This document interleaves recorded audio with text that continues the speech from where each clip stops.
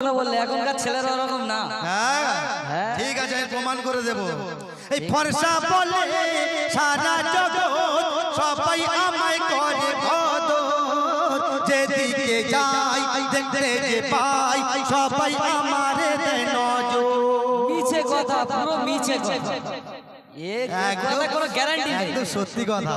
ঠিক আছে তুমি শোনো, এই ফর্সা বলে সারা জগৎ সবাই আমায় করে ভদর, যেদিকে যাই দেখতে যে পাই সবাই আমারে দেয় নজর।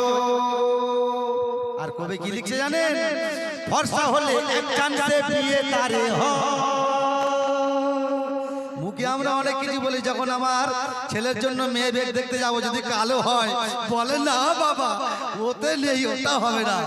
এই ফর্সা হলে এক চান্সে বিয়ে তারে হয়, ফর্সা হলে এক চান্সে বিয়ে তারে হয়। আর কালো হলে বছর বছর ঘরে পড়ে রয়, কালো হলে বছর বছর ঘরে পড়ে রয়, কালো হলে বছর বছর ঘরে পড়ে রয়। আমি একটা জিনিস বুঝতে পারি না, তোমার এইসব উল্টো পাল্টা কথা কে বলে? কবি বলে, কবি লিখেছে, আমি গাইছি। ঠিক আছে, কালো কি বলছে শোনো। আচ্ছা তুমি বলো, সরে বলো। কারণ কালো হারিয়েই ছাড়বো আমি আজকে, আজকে জিতে ছাড়বো আমি। ঠিক আছে ঠিক আছে তুমি শোনো, সুরে বলো। ওই কালো বলে শুনতে ফর্সা কেন করিস তুই অহংকার, চামড়া শুধু সাদা বলে মাথার চুল বললা কোন কালা।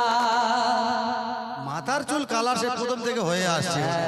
ওই কালো বলে শুনতে ফর্সা কেন করিস তুই অহংকার, চামড়া শুধু সাদা বলে মাথার চুল বললা কোন কালার। আজ না হলে একদিন তুই হবি পগার পার, আজ না হলে একদিন তুই হবি পগার পার। যে ঘরে যাবি সে ঘর কালো অন্ধকার, যে ঘরে যাবি সে ঘর কালো অন্ধকার, যে ঘরে যাবি সে ঘর কালো অন্ধকার। ও দাদারা আমি কিছু বলি নাকি? আমি বললে একটু পা খেয়ে যাবে। বলার কিছু নেই তো কি বলবে তুমি? হ্যাঁ আমি বলি, আমি কিছু বলি নাকি? ঠিক আছে বলতে বলো। শোনো, এই ফর্সা বলে ওরে কালো যে ঘরের কথা বললি এখন, ওই ফর্সা বলে ওরে কালো যে ঘরের কথা বললি এখন, সে ঘরেতে যাওয়ার আগে পড়তে হয় সাদা কাপড়। ওখানে কি কালো কাফন দেয় নাকি? ওখানে সাদা কাপড় না দিলে ফেরেশতা আবার দেখতে পাবে না, ওই জন্য তো সাদা কাপড় দেয় নাকি? লাইনে এসো, বলতে শোনো, এ ফর্সা বলে ওরে কালো যে ঘরের কথা বললি এখন, সে ঘরেতে যাওয়ার আগে পড়তে হয় সাদা কাপড়। আর হজে গেলে পড়তে যে হয় সাদা এহরাম। একদম ঠিক বলেনি? এবার হেরে যাবে না।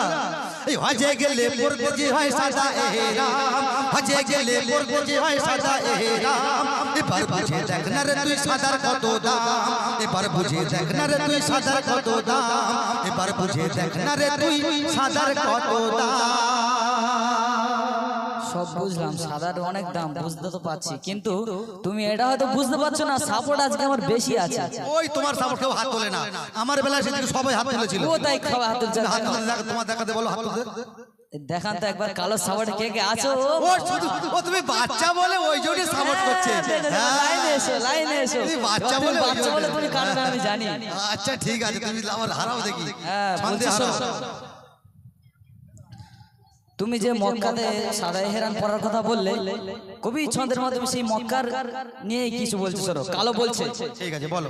মক্কাতে ওই হাজী গণে থাকে যখন হজ সফরে, যে পাথরে ভক্তি ভরে প্রাণ ঢেলে চুম্বন করে। মক্কাতে ওই হাজী গণে থাকে যখন হজ সফরে, যে পাথরে ভক্তি ভরে প্রাণ ঢেলে চুম্বন করে। ভেবে চিনতে সেই পাথরের বললা কি কালা। ও তো মানুষের পাপ টেনে টেনে টেনে টেনে কালো হয়েছে। আরো কি বলছে শোনো, ভেবে চিনতে সেই পাথরের বললা কি কালার। আমি কালো আমার কাছে মানতে হবে হার, আমি কালো আমার কাছে মানতে হবে হার। মোটেও না, মোটেও না। মানতে হবে হার। তাই তো নাকি? তো আমি তো তোমার চাপান দেবো, তুমি পারবে কেন? ঠিক আছে, তুমি কি বলতে চাও? ঠিক আছে, আমার কবি কি লিখেছে দেখুন, বলছে এ ফর্সা বলে আমার নবী গায়ের রং ছিল